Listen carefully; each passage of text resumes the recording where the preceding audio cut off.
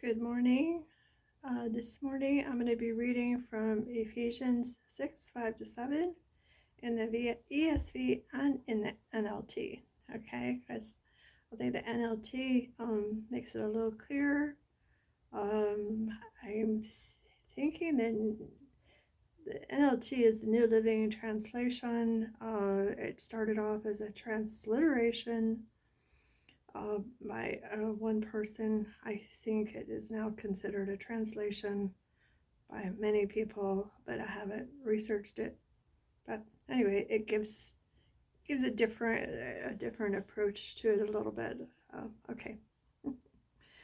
Uh, Bondservants, obey your earthly masters with fear and trembling, with a sincere heart, as you would Christ, not by the way of eye service as people pleasers, but as bondservants of Christ, doing the will of God from the heart, rendering service with a good will as to the Lord and not to man. And that was in the ESV, and now I'll read the NLT.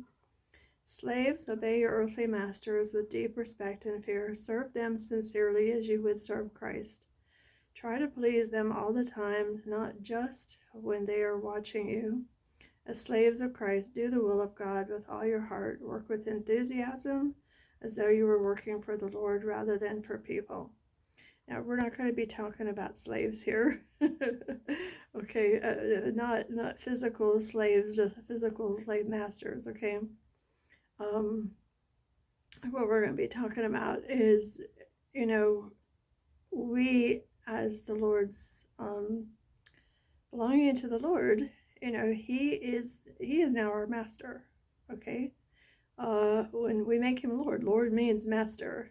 He's the one who is to be ruler of our lives, and so we are to be his bondservants. And a bondservant, usually when it's that term, is ones that are willing bondservants. They are sold into slavery, and maybe they were at one time, but they've chosen to stay with their master. And I may be wrong on this, so don't quote me. This is my understanding. But as bondservants of Christ, we choose. We're not forced into it. Nobody makes us believe in Jesus Christ. Nobody makes us surrender to him. But if we do not surrender to him, if we do not become his bondservants, if we do not become slaves to God and to his righteousness, according to the scriptures, we're really not his, okay? Because when we come to faith in Jesus Christ, we die with him to sin. And we're raised with Christ to walk in newness of life in him, no longer as slaves to sin, but now as slaves to God, to his righteousness. And you can read that in Romans 6. So now we are to be his possession. And he owns us. And now our lives are to be controlled by him and not by our own will. Okay, so we are to be those who are like, slaves to God, and the Lord is telling us what to do, and we do what he says to do, and we follow him. And our lives are no longer to be our own, to be lived however we want. So we're going to look at it from that perspective, where it says, obey your masters with fear and trembling. The scriptures teach we're to obey God with fear and trembling. We are to walk in the fear of the Lord. And the fear of the Lord means we take him seriously. We take him seriously. We take his word seriously. We believe what they say, and we follow him, and we follow his word. We do not just say, well, I don't believe in that. I don't believe in that, but we take God, we take what he says seriously. We take his warnings seriously. And believe me, he gives many warnings to the church. The writings of Paul and John and Peter, they're talking about how, we can't just live however we want and be genuinely saved. You don't just get saved and now you're good to go. Salvation, according to the scriptures, is not this one-time deal that a lot of people are preaching, and then, you're good. Salvation is progressive, and we were saved past. We are being saved present. We will be saved future when Christ returns, but provided that we remain in him and we remain faithful to him and we walk with him, not in absolute perfection, but in holiness and righteousness and godliness, and in obedience to him and to his commands as our practice, the way we practice. And if you ever want any of these scriptures, just let me know, and I will give them to you, okay? Because I when I write, anybody knows me, I provide lots of scriptures because I back up everything I say pretty much. I wouldn't say everything, but I try to. And it sometimes is impossible to do everything, um, but I'm gonna, if you ever question, anything I'm saying, which you're supposed to test, so test everybody.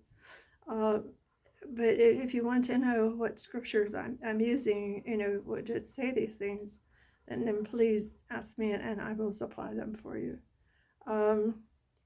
So anyway, we're to walk in the fear of the Lord and trust God and believe him, follow him. It says with a sincere heart. This one says sincerely. And what that means is, what it means.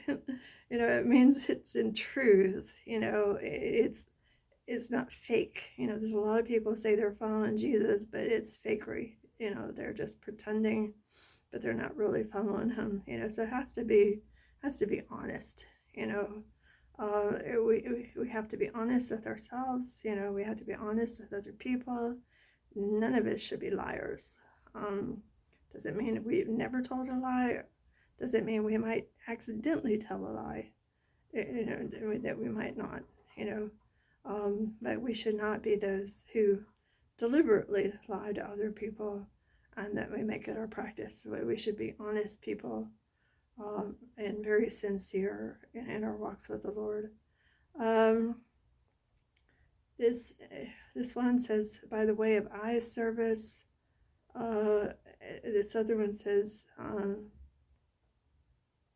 serve them, basically serve Christ, and try to please him at all times, not just when you're being watched.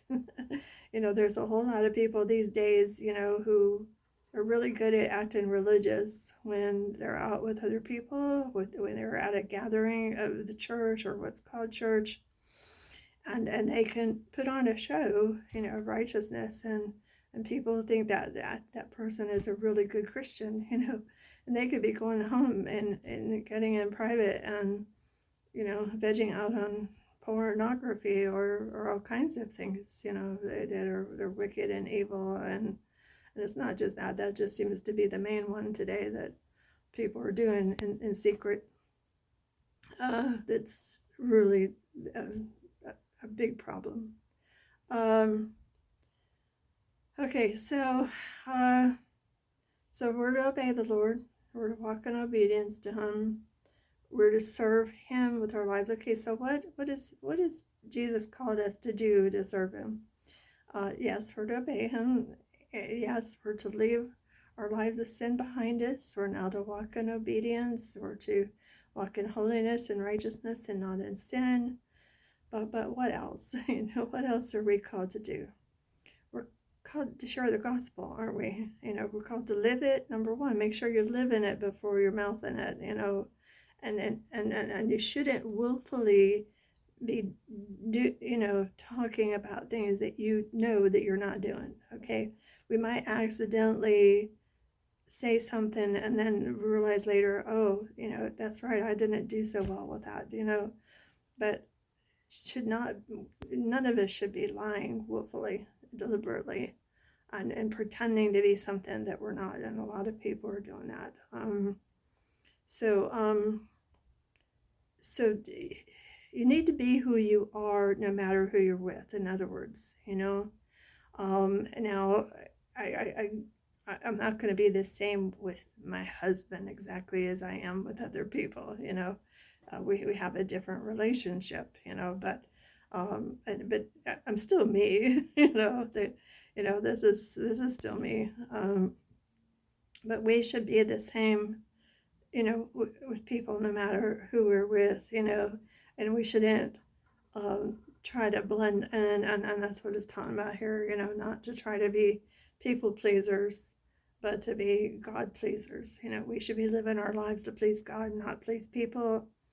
Shouldn't be doing things in secret. We shouldn't be putting on shows of righteousness, and while we're living in sin, we should be the same no matter where we are or who we're with, and have integrity, you know, of heart.